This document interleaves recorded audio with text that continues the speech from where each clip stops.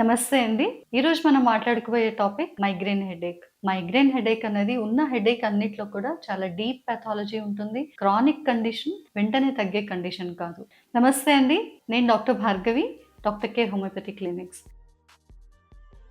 పేషెంట్‌కి తలనొప్పొచ్చినప్పుడు one side రావడం. ఎయిదర్ ఈ రైట్ ఐబ్రో నుంచి, కన్ను నుంచి స్టార్ట్ అయ్యి టోటల్ వన్ సైడ్ హెడేక్ రావడం. అండ్ ఆ హెడేక్ ఎంత సివియర్ అంటే వాళ్ళకి తల పగిలిపోతున్నట్లు అంత సివియర్‌గా నొప్పి ఉండడము. దాంతో పాటుగా బ్లర్డ్ విజన్ అంటే చూపు కొంచెం బ్లర్ అవ్వడము, వామిటింగ్స్ లాగా ఉండడము, లేదా వామిటింగ్ అయిపోవడము, చీకట్లోనే ఉండాలి అనుకోవడము, లైట్ కొంచెం కూడా భరించలేకపోవడం, చిన్న సౌండ్ కూడా భరించలేకపోవడము, ఎవరైనా కదిలిస్తే కొట్టేయాలన్నంత కోపం రావడం, యాంగర్, ఇరిటేషన్, చాలా ఎక్కువ పడుకున్నా కూడా వాళ్ళకి ఆ తలనొప్పి తగ్గకపోవడం, తలనొప్పి వల్ల నిద్ర సరిగ్గా లేకపోవడము, ఆకలి లేకపోవడము, ఇవన్నీ కూడా మైగ్రేన్ హెడేక్ యొక్క లక్షణాలు. అసలు మైగ్రేన్ హెడేక్ కి మనం ఎందుకు కేర్ తీసుకోవాలి? ఒక పెయిన్ కిల్లర్ వేసుకుంటే సరిపోతుంది కదా అంటే, జనరల్ గా మైగ్రేన్ పేషెంట్స్ కి ఒక పెయిన్ కిల్లర్ తో సరిపోదు. వాళ్ళు ఒక్క రోజులోనే 3-4 లేదా కొంతమంది 5-6 పెయిన్ కిల్లర్స్ కూడా వేసుకున్నా కూడా వాళ్ళకి హెడేక్ సివియారిటీ అనేది తగ్గదు. అలా ఒక ఎపిసోడ్ లో ఒక్క రోజులో ఇన్ని పెయిన్ కిల్లర్స్ వేసుకున్నప్పుడు వాళ్ళకి నెలలో 4-5 ఎపిసోడ్స్ వచ్చిన పేషెంట్ ఎన్ని టాబ్లెట్స్ వేసుకోవాలి? దానివల్ల వాళ్ళకి